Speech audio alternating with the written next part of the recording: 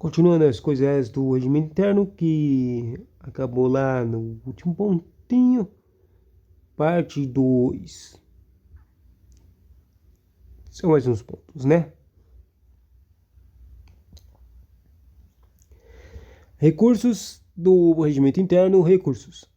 Disposições gerais das seções interlocutórias, das determinativas e dos acordões cabem, conforme o caso, os seguintes recursos.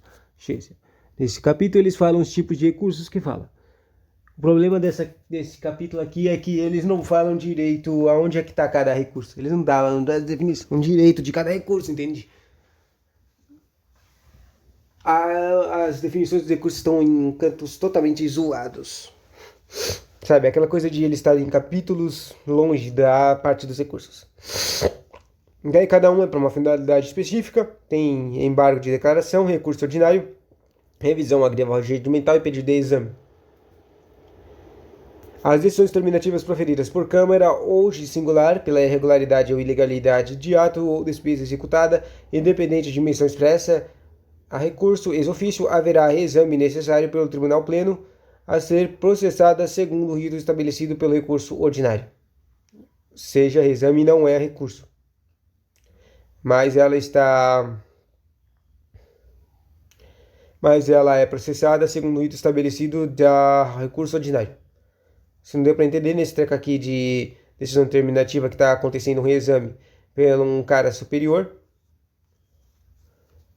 Se não deu para entender, o cara tem uma decisão terminativa de uma Câmara ou um juiz singular. Se lembra? O nível 2 é a Câmara, o nível 1 o nível 3 é o Tribunal Pleno.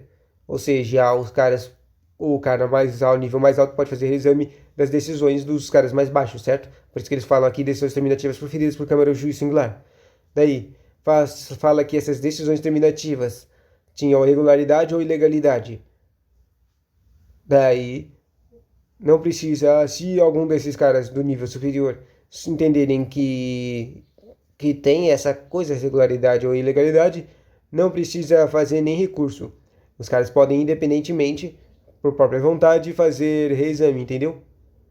E daí ele fala que as regras do reexame são as regras do processamento de um rito de recurso ordinário, entendeu? É isso. Haverá reexame necessário pelo Tribunal Pleno a ser processado segundo o rito estabelecido. E é isso que está escrito no parágrafo único das decisões de recurso. Basicamente, que tem um recurso chamado exame, que não é recurso de verdade, mas...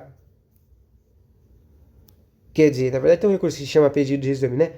Mas, basicamente, não precisa ser interpretado, não precisa ter pedido, é isso que eles estão falando aqui.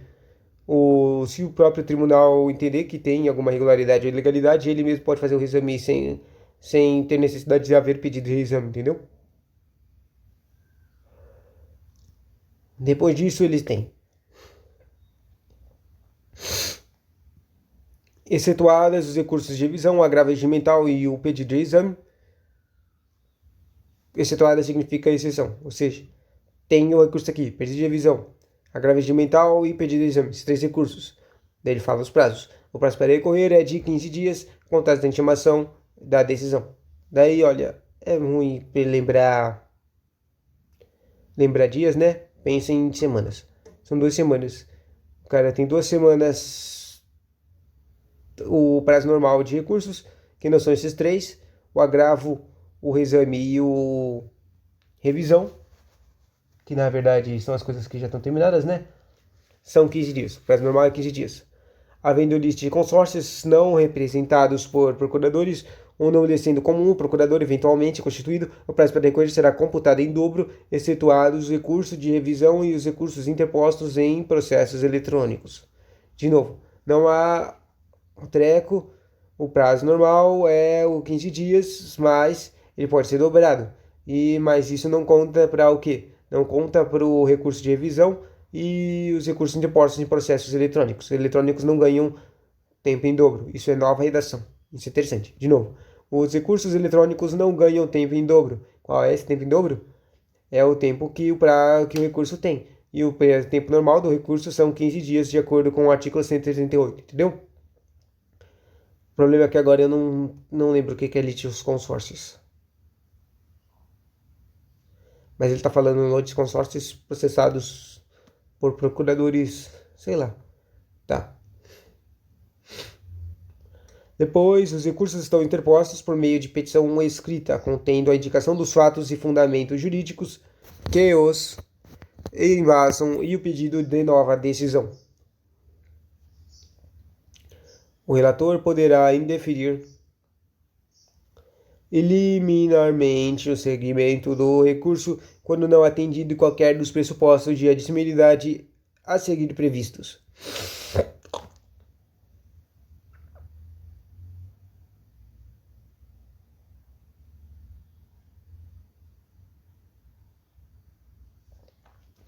O relator poderá indeferir liminarmente o segmento do recurso quando não atendido qualquer dos pressupostos de admissibilidade a seguir previstos. Acabamento do recurso com indicação expressa de seu fundamento legal ou regimental. Não estou entendendo nada que eu estou lendo, meu. O relator poderá indeferir, ou seja, liminarmente, que deve significar por ele próprio, o segmento de recurso quando não atendido qualquer dos pressupostos de admissibilidade a seguir previstos. Ou seja, no artigo 140, ele começa a falar requisitos para ter um recurso. E ele fala, se não tiver esses requisitos, eu posso desistir desse recurso, não vai passar. E o primeiro treco é cabimento de recurso com indicação expressa do seu fundamento legal. Se lembra? O primeiro principal treco do recurso é o treco de inadequado ou ilegal. Ou seja, você tem que escrever direitinho por que ele é ilegal ou porque ele não é adequado, certo? Segundo, você tem que dar a legitimidade para receber. Se lembra? Quem é que recebe recurso? Basicamente, a pessoa o recurso tem que ir para a pessoa certa, certo? E eu só tenho isso mesmo dos requisitos, eu não sei se tem mais. Os recursos, daí chega aqui um capítulo que fala o que é o recurso ordinário. Não fala não. Tá. O recurso ordinário, agravo regimental e revisão não poderão ter como relator o conselheiro que, nessa qualidade, funcionou no feito original. Basicamente, um relator, um conselheiro que trabalhou com o treco original, com o treco de contabilidade, com o treco de fiscalização, não pode responder sobre o recurso, entendeu? Ele tem que ir para outra pessoa, entendeu? É isso que está falando aqui. Ele fala recurso ordinário, agravo regimental e revisão, nem eles não podem trabalhar, o mesmo relator ou conselheiro não pode. Mas se lembra, tem 5 conselheiros, né? Ou seja, pode ir para os outros 3, algum dos outros 3. Essa qualidade funcionou no efeito original, ou que tenha sido voto vencido, ou ainda aquele que teve o despacho de inferimento de recurso reformado pelo plenário. E agora é a parte importante. Tem legitimidade para recorrer. Você lembra que os requisitos eram de legitimidade para recorrer, certo? Daí, no 142, ele fala quem tem legitimidade. Tem legitimidade para recorrer as partes do processo, ou seja, as partes que participam do treco. O terceiro interessado também, ou seja, a pessoa que o seu interesse vai ser afetado pelo processo, e a Procuradoria da Fazenda Municipal. A Procuradoria, né? O MP. Ou não é uma MP, é uma Procuradoria da Fazenda. Todos esses caras aqui que podem ser afetados, os caras que estavam desde o começo, os caras que podem entrar se eles forem interessados, e a Procuradoria da Fazenda, que é o treco de contabilidade, né? Isso aqui é um treco de contabilidade da próprio município. Obviamente, eles vão ter que ter interesse, ter algum tipo de interesse. Todos esses caras podem ter legitimidade para recorrer. Ele fala, o recorrente, um desses caras aqui, poderá desistir do recurso a qualquer tempo sem necessidade de anuência das demais integrantes do processo. Ou seja, basicamente os carinhas têm independência de desistir de treco. Eles não precisam ter a concordância de qualquer um. E a Procuradoria da Fazenda Municipal não tem legitimidade para intervir e recorrer nos processos relativos à administração interna do tribunal.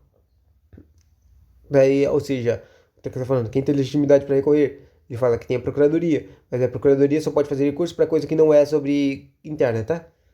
Qualquer coisa que for externa ou outras coisas de contabilidade, ela pode recorrer, mas não sobre internas. E, no julgamento dos recursos, os pressupostos de admissibilidade serão apreciados com preliminar precedentemente a outras peculiaridades, a outras preliminares e eventualmente existentes áreas de mérito. Tá, daí começa os trequinhos de explicação dos recursos.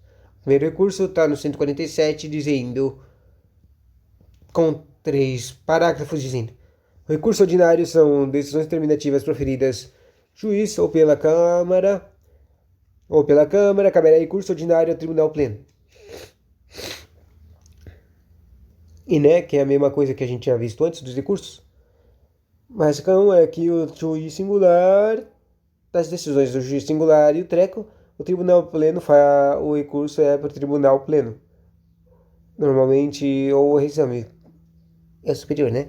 Caberá recurso ordinário ao próprio Tribunal Pleno dos acordões por estes prolatados como instância originária ou que estiverem em conflito manifesto com outro acordão proferido anteriormente em idêntica questão de direito. O recurso também de acordão também pode ser para o Tribunal Pleno. E o recurso ordinário deverá ser interposto pelo prazo de 15 dias. Lembra que 15 dias são a data normal, né, dos recursos. Dias contados da intimação do acordão ou da decisão. Depois se lembra que o recurso é para as decisões ou acordão.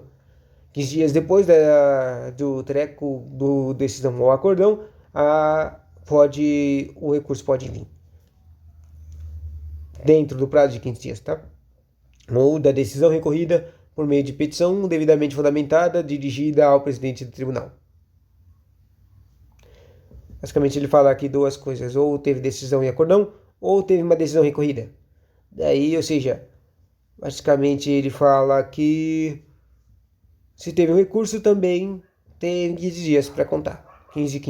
Tá. Não cabe recurso ordinário contra acordão proferido pelo tribunal pleno em grau de recurso ordinário ou em recurso ex ofício, nos casos de competência originária de um juiz singular ou da Câmara, salvo no do parágrafo 1 do dispositivo.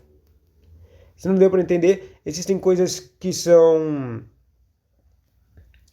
Como é que se diz? Tem competência específica para esses dois caras, o juiz singular e a Câmara, eles que julgam essas coisas. E basicamente o Tribunal Pleno vai decidir sobre elas, entendeu? É isso. Quando não tem o Tribunal Pleno, essas coisas são só da Câmara do juiz singular, que, ou seja, nesse caso aqui a gente teria que ver as prerrogativas das atribuições do juiz singular da Câmara, que, como eu disse no vídeo anterior, são essas coisas de atribuições, são as coisas que mais caem de regimento interno.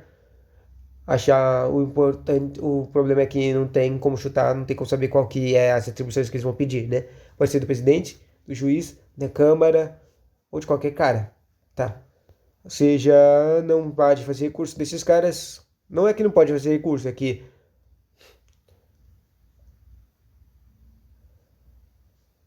o recurso vai para outra pessoa, né? Vai direto para o juiz singular do treco. Mentira. Está escrito no cabe recurso contra acordão. Interessante. O próximo recurso é a revisão. As decisões terminativas e os acordões transitadas em julgado, ou seja, que terminaram. Tipo, os outros não tinham terminado, eles só tinha a decisão ou acordão. Mas essa aqui já foi transitada em julgado. Quando é que tem, ou seja, a palavra-chave para fazer um recurso de revisão é transitar em julgado. Já tinha terminado, mas eu quero revisar isso aqui. Ou seja, só para comentar, o recurso de revisão é aquele treco que passou um tempo já. Tipo, já passou 2 anos, mas daí o cara encontrou alguma coisa legal, algum problema que tinha lá naquela coisa. Tipo de datas, de valores e trecos. E daí ele fala, isso aqui estava errado, a gente precisa fazer uma revisão. E daí é isso. Poderão ser revistas por quem? Daí, de novo, é o Tribunal Pleno.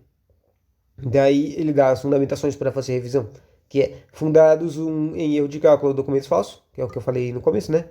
Teve algum problema, ocorreram novos fatos com eficácia sobre a prova produzida, ou seja, encontraram novas informações que relevam alguma coisa que tinha a ver com decisão e violaram disposição literal de lei, ou seja, encontrar uma ilegalidade. Qualquer momento que a pessoa encontrar uma ilegalidade que tinha sido violada dessa decisão, eles podem pedir revisão do treco, né? A revisão será requerida ao presidente do tribunal dentro do prazo de 5 anos, contados o trânsito julgado da decisão ou acordão. Ou seja, quando a decisão teve trânsito julgado ou teve um acordão. Daí começa a contar um tempo para ter uma revisão. É 5 anos. Constitui formalidade essencial Daí, se você quer saber a data, né, 5 anos, pensa na estrela gigantona. Uma estrela de 5 pontas gigantona. E você pensa na revisão, você pensa que você está dentro de uma estrela gigantona de 5 pontas, girando com a sua visão e olhando para todos os cantos. Uau! Pronto. Imagina uma coisa loucona, né? Constitui formalidade essencial da revisão. Ou seja, se lembra, coisa de formalidade, daí tem, quando fala de coisa de formalidade, basicamente é casos, regras para os caras não ouvirem, né? Requerido na base do inciso 3, a indicação expressa. Ou seja, se o cara quer uma revisão por causa de ilegalidade, ele tem que estar, indicação expressa de legal violado, com sua transcrição integral. Basicamente, ele está falando, se você quer fazer uma revisão sobre alguma disposição legal que você está falando que foi violada, você tem que só mandar o pedido de revisão, mas tem que indicar completamente literal e expressa o que está escrito na lei que está sendo violada. E total de transcrição. Sabe, escrever. O tribunal poderá proceder à revisão do julgado por iniciativa de qualquer de seus conselheiros. E se lembra a pessoas que podem. Se lembra das pessoas que podem recursar? Aqui ele está falando que a revisão ela pode ser por qualquer pessoa da Câmara. Depois disso, começa uma coisa chamada funcionamento do tribunal. Ou seja, eu só peguei aqui informação de 2 recursos e agora estou falando do quórum. O tribunal pleno só poderá proferir acordão ou praticar atos de competência com um quórum mínimo de 3 conselheiros, sem qualquer impedimento, incluído o presidente, que neste hipótese votará obrigatoriamente. Se não deu para entender, basicamente a quórum significa a reunião de decisão. Ou seja, eles falam que o tribunal pleno tem que ter pelo menos 3 pessoas para fazer uma acordão. Ou fazer os seus atos. Por quê? 3 pessoas é o treco de desempate, né? Então, o tribunal pleno tem que ter 3 pessoas para fazer um acordão ou fazer seus atos de competência, né? Daquelas coisas administrativas. E o presidente ele é contado nessa contagem de votos. Se o tribunal pleno reunido com um quórum mínimo que é o 3, né, pessoas, deliberar com a divergência de 3 votos, o processo será retirado da pauta, efetuando-se o registro dos votos proferidos e processando-se o sorteio do conselheiro desempatador entre os ausentes não impedidos, que assumirá a presidência para proferir o voto de desempate.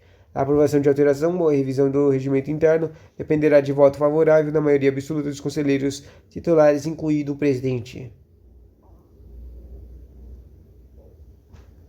Interessante, não? E mais uma coisa que é um treco super louco, que é prazo.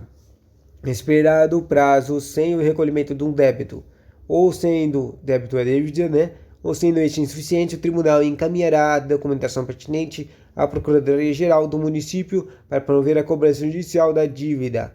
A comprovado o recolhimento integral, o responsável poderá pedir que lhe seja fornecida formalmente certidão de quitação, a qual será expedida após o trânsito em julgado. O cara pagou, quero treco. Fixado prazo para regularização do ato nos termos do artigo 71 da Constituição, o responsável que pendente recurso de decisão não poderá realizar pagamento ou assumir a obrigação com base no ato impugnado. Mas o importante aqui é, sempre que as circunstâncias evidenciarem a necessidade de pronta atuação do tribunal para evitar danos iminentes ao erário, o relator, mediante um despacho fundamentado, vai ter que determinar a suspensão cautelar disso aí. Ou seja, se tiver alguma coisa que vai ganhar prejuízo, o relator pode, com o treco chamado despacho fundamentado, impedir isso. Criar uma suspensão cautelar do procedimento questionado, devendo o despacho ser submetido à apreciação do plenário na primeira sessão ordinária. Ou seja, o relator pode impedir que uma coisa que vai dar preju. O nome disso é suspensão cautelar. Só que logo depois o plenário vai lá e verifica se estava certo o que o relator fez. Só isso. Depois disso eu tenho coisa chamada uniformização da jurisprudência. Para terminar, O Tribunal Pleno poderá afirmar a interpretação de norma jurídica ou procedimento da administração em face da divergência de interpretação atual ou potencial entre as câmaras ou juízes singulares. A uniformização de jurisprudência poderá ser suscitada pelo presidente do tribunal. Essa uniformização suscitada pelo presidente pode ser de ofício, requerimento do conselheiro ou por publicação da Procuradoria da Fazenda Municipal ou de órgãos técnicos. Os órgãos técnicos são as secretarias de fiscalização contábil, a administração de controle externo, a auditoria de controle externo e não sei mais. E também a uniformização pode ser feita pela própria Câmara ou juiz singular quando for do exame de caso concreto. O despacho de decisão que requerer a medida deverá demonstrar relevância da uniformização para a solução do caso concreto ou de casos futuros e, por estado do pedido, a Procuradoria da Fazenda Municipal será ouvida na forma regimental se não tiver sido autora do requerimento. E assim termina o conteúdinho, né? Obrigado.